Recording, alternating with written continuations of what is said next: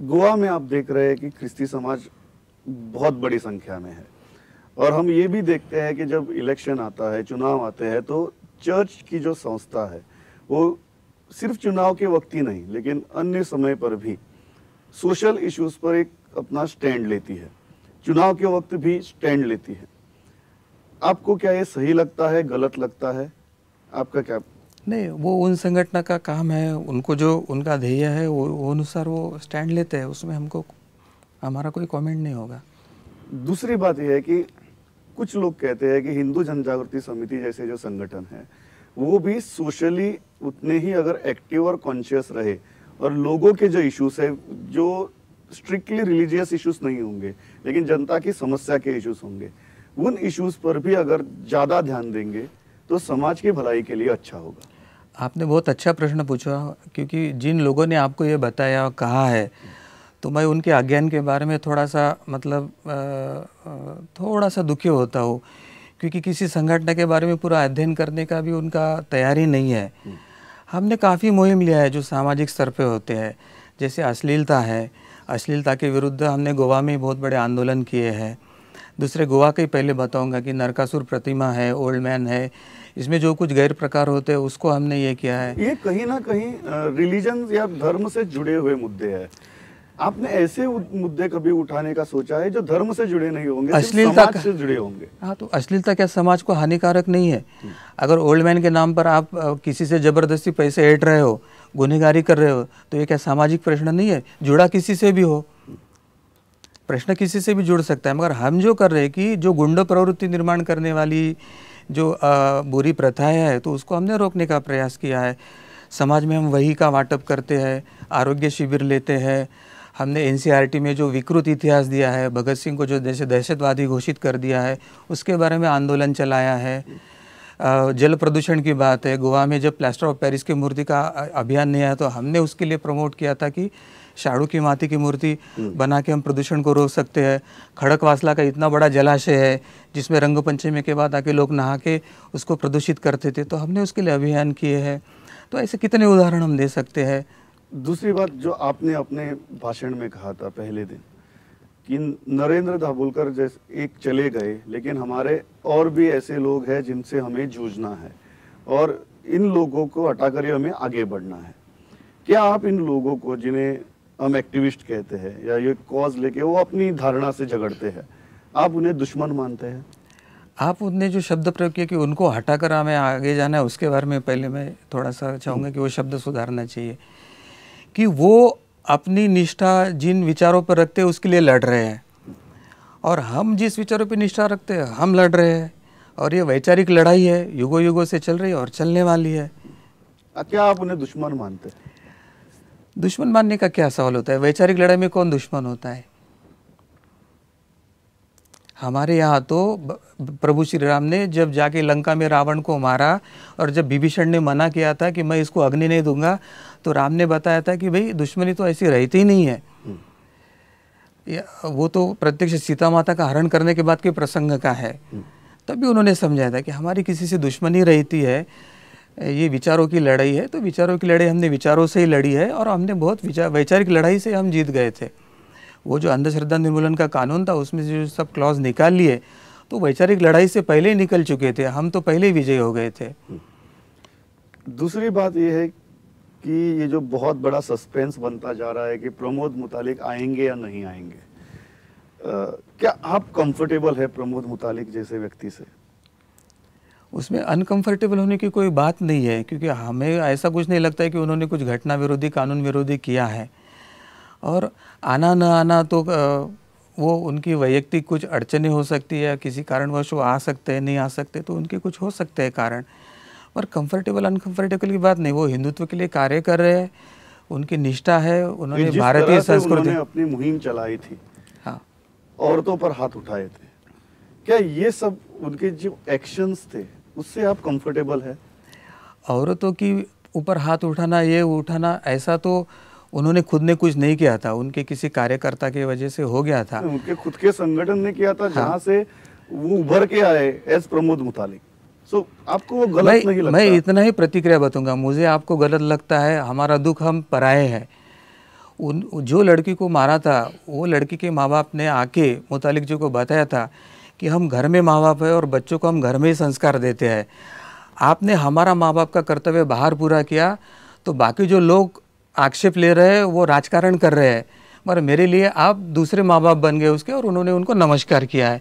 तो तुम्हारी हमारी प्रतिक्रिया से ज़्यादा उनके माँ पिताजी की प्रतिक्रिया को महत्व है, ऐसे मुझे लगता है। आपको सही लगता है, गलत लगता है जो हुआ था? उनके माँ पिताजी के दृष्टिकोण से दिखता है तो वो सही है, क्योंकि मैं माँ पिताजी के उनके संस्कार के लिए, अगर वो शराब पिए हुए लड़की ने और ये किए हुए लड़की ने अगर फिसल कर उसमें गिर गई है और वो प्रतिक्रिया में उसने कुछ किया होगा तो उसमें गलत सही की कोई बात नहीं है। जो होश में ही नहीं है तो उसके बारे में हम क्या प्रतिक्रिया दें? अगर लड़की होश में होती तो हम प्रतिक्रिया देने की स्थिति में भी होती है, पर पब में बैठी हुई लड़की होश में है, वो किस स्थिति में थी वो भी हमको पता नहीं, हम केवल घटना सुन के क्या प्रतिक्रिया दें? लेकिन जो मूलभूत मुद्दा उन्होंने उठाया था कि ये जो पब कल्चर है या ये जो वेस्टर्नाइज संस्कृति है, मैं उसके खिलाफ लड़ूंगा और अगर हिंसा करनी पड़ी तो हिंसा भी करूंगा, इस विचार से आप सहमत हैं? देखिए, पब कल्चर जो है, pub culture as a doctor भी मैं बताऊंगा कि शराब आप पीते हो या पब में जाते हो तो आपके मेंटल कंट्रोल्स और ये ब्रेन से दूर हो जाते हैं। बीइंग अ मेडिकल डॉक्टर मुझे वो पता है। जब आपका कंट्रोल ही आप पे नहीं तो आप मनुष्य ही नहीं हो उस वक्त। तो ऐसी स्थिति में हम उसका कोई चर्चा ही करना नहीं चाहते कि जो मनुष्य अपने होश में ही नहीं, मनुष्यत्व में ही नहीं है, तो वो प्रसंग के लिए हम चर्चा करके क्या करेंगे? वो आक्षेपार्ह है। मतलब शराब पीना पब कल्चर है, वो भारतीय संस्कृति के विरोधी है और वो मनुष्य को नीतिमत्ता से, चारित्र से हनन करता है। लेकिन ये होता है उन व्यक्तियों को वहां से निकालने के लिए हिंसा करना, आपको निकालने के लिए हिंसा किया ऐसा मुझे नहीं लगता है। अपवादात्मक इसको नियम नहीं बना सकते हम। उन्होंने हिंसा किया ऐसा नहीं लगा, उन्होंने सनदशीर किया। मूलतः वो जो पब था वो इलीगल था और वो इलीगल पब अब तक कैसे चल रहा है ये सवाल लेके आपने पुलिस के सामने लेके एक बड़ा शो करना आवश्यक था कि इतना बड़ा पब चल रहा है और पुलिस को दिख नहीं रहा है। और इलीगल काम करने के लिए अगर पुलिस को भी कार्रवाई करनी पड़ती है तो उसका जैसे समर्थन होता है, तो स्व संरक्षा है उसके लिए अगर वो कुछ करते हैं राष्ट्र रक्षा के लिए। कुछ ही महीनों पहले और एक घटना हुई थी, उनका एक वीडियो यूट्यूब पे आया था जहाँ पे उन्होंने सभी हिंदुओं को शस्त्र उठाने के लिए कहा था, तलवारें रखो अपने घर में, ऐसे बहुत सारी चीजें थी जो उन्होंने उस वीडियो में बोली थी। उसके बाद जो कुछ हुआ वो राजनीति थी, वो मैं भी मानता हूँ कि राजनीति थी। लेकिन अगर एक आदमी ऐसे विचार बोलता है, ओपन फोरम पे बोलता है, तो आप उन विचारों को एक्सेप्ट करेंगे? उस जो हिंसा को प्रवृत्त करता है उस विचार को एक्सेप्ट करेंगे, या आप कहेंगे कि ये हमारा विचार नहीं है, हिंसा हमारा विचार नहीं है? सबसे पहले तो मैं ये कहना चाहूँगा कि आपको जो कुछ खबर मिली है वैसे ना तो मैंने कहीं सुना है ना तो पढ़ा है। शायद आपका कोई गलत न्यूज़ रिपोर्ट हुआ या ये होगा तो आपने सुना होगा, पढ़ा होगा, तो आप बताएंगे तो उसके बारे में मैं विचार कर सकता। पे वीडियो उनका था, नहीं, ठीक है, मैंने देखा नहीं है, मगर मैंने सुना भी नहीं है, देखा भी नहीं है। मगर आप शस्त्र रखने की बात कर रहे हैं तो भारतीय घटना ने धार्मिक अधिकारों की पूर्तता के लिए कुछ प्रावधान दिए हैं। जैसे कोई सिख धर्म में है और सिख धर्म में के धर्म के अनुसार आप कृपाण रखना चाहते हो तो आपको विधिवत उसकी मान्यता दी है। हिंदुओं में हजारों साल से शस्त्र पूजा चल रही है। दशहरे को शस्त्र पूजन होता है, सामूहिक शस्त्र पूजन होता है। कोई शादी ब्याह जैसे त्यौहार होता है तो वो जो पति होता है तो उसके कमर को तलवार लगाई जाती है, फिर उसके पास अपने परिवार है, अपने माँ पिता, उसके रक्षण की जिम्मेवारी हिंदू धर्म ने दिया है और ऐसे शस्त्र वो पूजा घर में रखते हैं। लेकिन जब कोई कहता है कि इन्हीं शस्त्रों का उपयोग हिंसा के लिए करे, आपको वो गलत नहीं लगता? ऐसा उन्होंने बोला, ऐसा मेरे तो सुनने में नहीं है। दूसरी बात यह है कि पिछले 2 दिनों में कहीं से हिंदू जनजागृति समिति की नरेंद्र मोदी सरकार के प्रति कुछ नाराजगी सी दिखाई दे रही है। आप नाराज है इस सरकार से? आपकी कुछ अपेक्षाएं थी जो आपको लग रहा है कि पूरी नहीं हो रही है? किसी सरकार से नाराज होने की हमको इसलिए आवश्यकता नहीं है कि हम राजनीतिक पक्षों से अपेक्षा ही नहीं करते हैं, क्योंकि राजनीतिक पक्षों का एक वैयक्तिक महत्वाकांक्षा होता है और रजतमक कार्यों से उनका एक राजनीतिक सत्ता चलती है। और हम जो हिंदू राष्ट्र की निर्मिति का प्रयास कर रहे हैं वो सत्व गुणाधिष्ठित समाज व्यवस्था की बात है और हमारा उद्देश्य सरकार बदलना नहीं है, समाज के मनोवृत्ति को सात्विक करना। समाज जो समूह मन है, समाज है, उसके मन में एक सत्वगुण की वृद्धि करना है। तो हमारा उद्देश्य समाज को जागरूक करके उसको साधना के पीछे लगाना।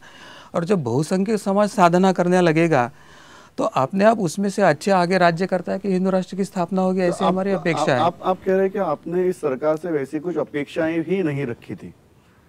गोवा में 2 साल हो गए हैं भाजपा की सरकार आके।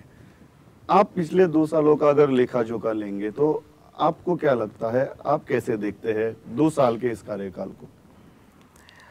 हम किसी से अपेक्षा नहीं करते, मगर निष्कामता से हमारे जो कुछ है वो सब उनके सामने सूत्र रखते हैं। पर हमें ऐसा लगता है कि कल ही इस अधिवेशन के कुछ लोगों ने मडगांव में जाके एक रेड किया और गोवंश की रक्षा की है। तो और उनका निरीक्षण ऐसा है कि और भी 50 एक ऐसे अवैध पशुवध गृह यहाँ चल रहे हैं। उसी तरह से जो एक भेदभाव होता है कि इस प्रांत में जब शंकराचार्य जी आए थे तो शंकराचार्य जी के लिए उनको समय नहीं मिला, और उस वक्त वो यहाँ पे कोई फेस्टिवल चल रहा था सिनेमा का और कुछ राजकारणी था, तो उनके साथ उनका समय गया। तीसरी बात यह है कि नरेंद्र मोदी जब गोवा में आए थे तो उस वक्त उन्होंने स्पेशली आर्च बिशप के लिए अलग समय निकाला था, मगर यहाँ पे जो यहाँ के शंकराचार्य पीठ है या अन्य धार्मिक पीठ है उनके लिए अलग से ऐसे समय नहीं निकाला गया। तो इन सब से ऐसे लगता है कि सभी को उतना ही महत्व मिलना चाहिए और सभी को समदृष्टि से देखना चाहिए। इस दृष्टि से आपको क्या लगता है, गोवा की भाजपा सरकार भी अल्पसंख्यकों का लांगुल चालन कर रही है? कहीं कहीं तो दिखाई देता है, वो फीलिंग आप में है? हाँ। क्या कहना चाहेंगे फाइनल वर्ड्स इस सरकार को? और 2.5 साल बचे हैं गवर्नेंस के, आपका मुख्यालय भी यहाँ पे है, क्या कहना चाहेंगे इस सरकार को? हम तो सरकार को यही कहते हैं कि जो भेदभाव करने वाली नीति है, चाहे किसी में धर्म हो, तो वो सबसे पहले बंद हो। आप जो कुछ अधिकार दिया है वो सबके लिए समान हो। किसी एक ये हिंदुत्ववादी है और ये इनको दबाए और फिर वोट बैंक के पॉलिटिक्स के लिए किसका तुष्टिकरण करके इस तरह का नीति ना अपनाए।